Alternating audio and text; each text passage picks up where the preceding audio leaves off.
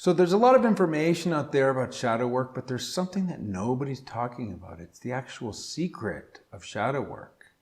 So since nobody's talking about it, I'm going to talk about it.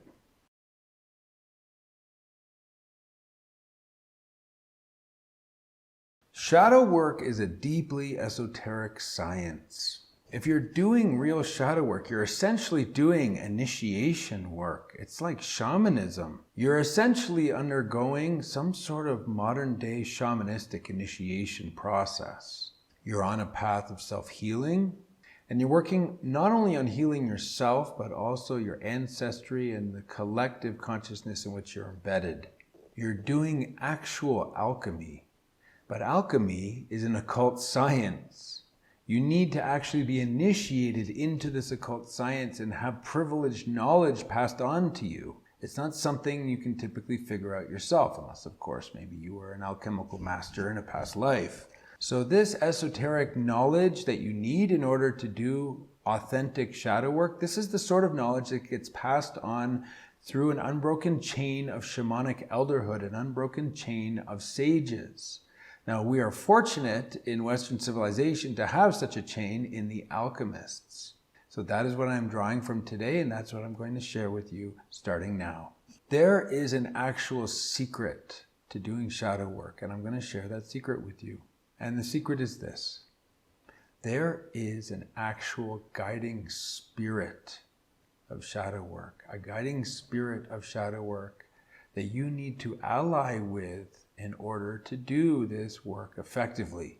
And if we're going to think of it in shamanistic terms, you could say that you need to form a spiritual alliance with this guiding spirit and work consciously with it.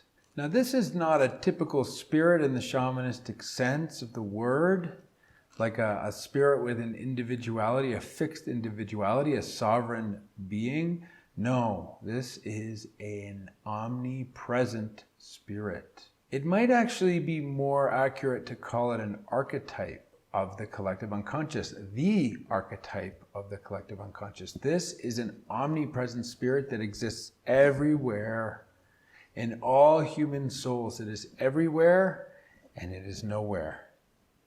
So really, it's appropriate to call it the archetype of the collective unconscious itself. Now, alchemy is ancestral wisdom about how to do shadow work. It is century upon century of built-up ancestral wisdom about how to do this very thing.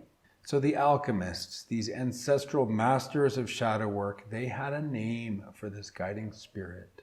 They called this spirit Mercurius. Carl Jung, that great 20th century alchemist, the one who translated the arcane code language of alchemy into highly accessible psychological terms that you and I right now can understand and can work with, Carl Jung had his own name for this spirit.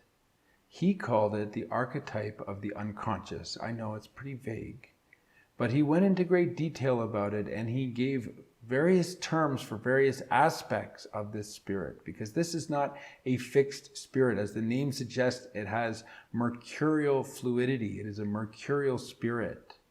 It is both male and female, light and dark.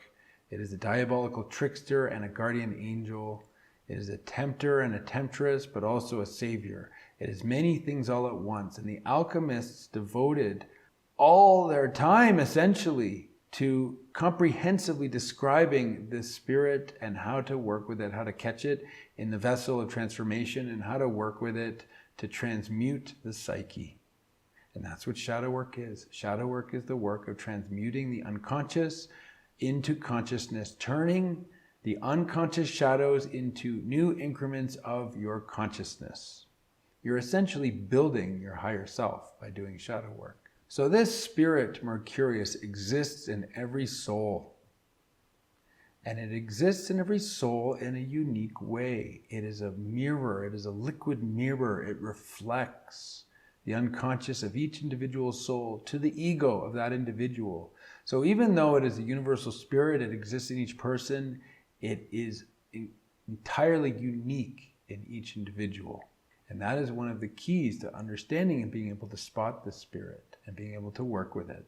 So if you can train yourself and learn to recognize the mercurial presence of this spirit, to spot its shape-shifting presence in yourself and in other people, weaving in and out of you and everybody, if you can train yourself to spot the presence of this spirit, you will have the key to unlocking the most profound secrets of self-transformation, of alchemy, and of modern-day shamanic initiation. This spirit holds the key not only to self-knowledge, but self-healing, personal growth, and is also the key to having harmony and union and a good flow in all your interpersonal relationships. When things are not going well with your spouse, this spirit holds the key to fixing that. When you're having breakups with your friends, this spirit holds the key to turning that around into a deepened friendship. This spirit has the ability to turn fights and breakups into breakthroughs and reunions and a new level of harmony, a new level of communication, and open pathways. Open pathways. The spirit can turn blocked pathways into open pathways. This spirit can turn depression into vigor. It can compost your depression and turn it into new energy and vitality. And at a basic level, it can turn your unconscious blind spots into fully conscious self-knowledge. That's what it does. It's the spirit of self-knowledge. It is a truly magical ally, but it is a trickster. It is fundamentally a trickster, a shape-shifting trickster. Whatever your blind spot is, it will shape-shift to show you your blind spot. And if you fill in that blind spot and that you turn that blind spot into self-knowledge, it will shapeshift to show you your new blind spots. It is almost impossible to nail down. This was the great challenge of alchemy, was to catch this catalyst spirit, this trickster spirit of the unconscious in a vessel of transmutation, a vessel of transformation. And that is what shadow work is. Shadow work is working with the spirit in a vessel to transform your unconscious into new consciousness, to heal what's in your unconsciousness, to illuminate what's in your unconscious, and to grow new increments of your higher self. But it is tricky. It is hard work. That's why alchemy is a master science. It's a master art and a master science. It was called the royal art. And it is difficult to work with this spirit Mercurius in the correct way. If you work with it in the correct way, it can give you gold, psychological and spiritual gold. If you work with it in an incorrect way, or if you don't work with it at all, which would be incorrect, then it can ruin you. It can block your path, or worse, it can lead to a downfall, a ruin. So the same spirit that can ruin people, especially those on a spiritual path, is the same spirit that can exalt you and heal you and help you achieve your potential and birth your higher self. So alchemy is the art and the science of working with the spirit in order to transmute your psyche and birth your higher self. But elderhood is still necessary, because elders pass on the knowledge of how to work with the spirit in the most fruitful way. And without elderhood, there's a great danger of working with the spirit and doing harm to yourself and those around you. This is a truly magical ally. And if you don't have the right training and if you don't have the right guidance from an elder, it's very easy to do real damage to yourself and those around you. So this can make or break your spiritual path. If you work with the spirit correctly, it can open your path. But if you don't work with it correctly, or you don't work with it at all, it will block your path. It will lead you to the very epitome of a spiritual bypass, a shadow work bypass. And then you will fall into hypocrisy, blocked pathways. This is what happens with gurus when gurus fall. This is what happens with people on a spiritual path. They fall into spiritual narcissism. This is what happens when very gifted individuals fall into spiritual abuse. It is because they are not working with this spirit Mercurius wisely or correctly, according to the alchemical art, according to the wisdom that has been passed on by our alchemical ancestors. are elders of our ancestral wisdom lineage. So shadow work is the first stage of any shamanistic initiation process. When you're doing shadow work, you are making a descent to the underworld of your soul. That you will find in any shamanic initiation. The first stage is to descend to the source of the illness, to the source of the darkness, to the source of the crisis that is calling you on a shamanic path. You need to descend and be dismembered and reborn. And that is exactly what the Spirit does. It guides you on this descent, it kills you, and it resurrects you. It is this magical catalyst in the initiation process.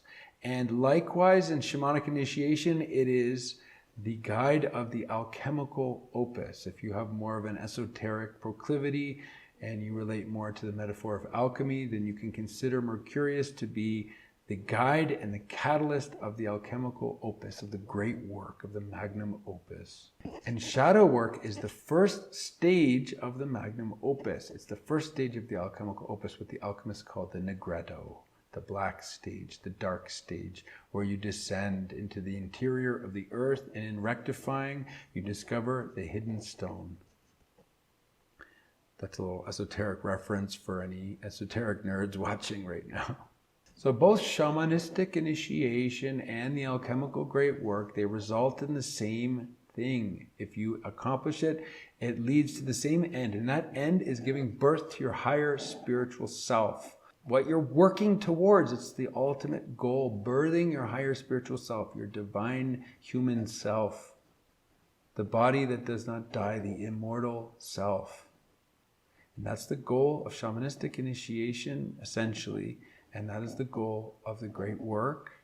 And both of these begin with the same thing. They begin with shadow work. Shadow work is the first stage.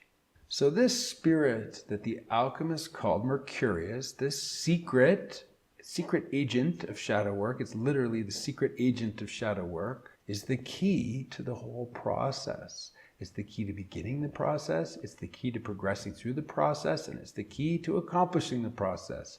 It is the key. So it is necessary to ally with this spirit, to learn how to work with it very well. And that is the secret of effective, authentic shadow work.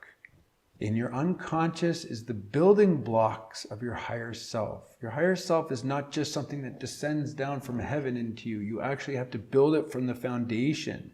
It is a dual process of building the foundation so that the spirit can come down and inhabit the foundation that you build. So shadow work is building the foundation. It's like building the temple from the bricks of your psyche. Once you've built the temple from the bricks of your psyche, the spirit can come down from above and inhabit the temple. That's what shadow work is. It's building the temple, building the vessel of your higher self. And since this spirit is the messenger of your unconscious, this is the spirit that is giving you the bricks to build this temple. This is giving you the raw materials to do what you need to do in order to actually birth your higher self. So you cannot bypass this process. Shadow work cannot be bypassed. You cannot reach your higher self. You cannot birth your higher self without doing shadow work. Shadow work is the first stage of birthing your higher self. So this spirit is all important for the path of spiritual growth, for the path of initiation, for the path of self-healing. Shadow work and self-healing are inseparable. Shadow work and initiation are inseparable. When you're engaged in shadow work, you're engaged in self-healing, and not just of yourself, but of your ancestors, and not just of your ancestors, but in part, the whole collective unconscious. The shadow and the unconscious is not just personal, there's a transpersonal part of it. So this spirit is so very important. And yet, you can't find anything about this spirit out there on YouTube. There's lots of videos about shadow work. There's lots of videos about personal growth, and yet none of them mention this grand secret of the whole process.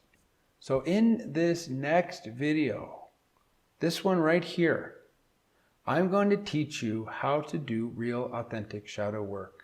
So check out this video if you're serious about this and you want to know more.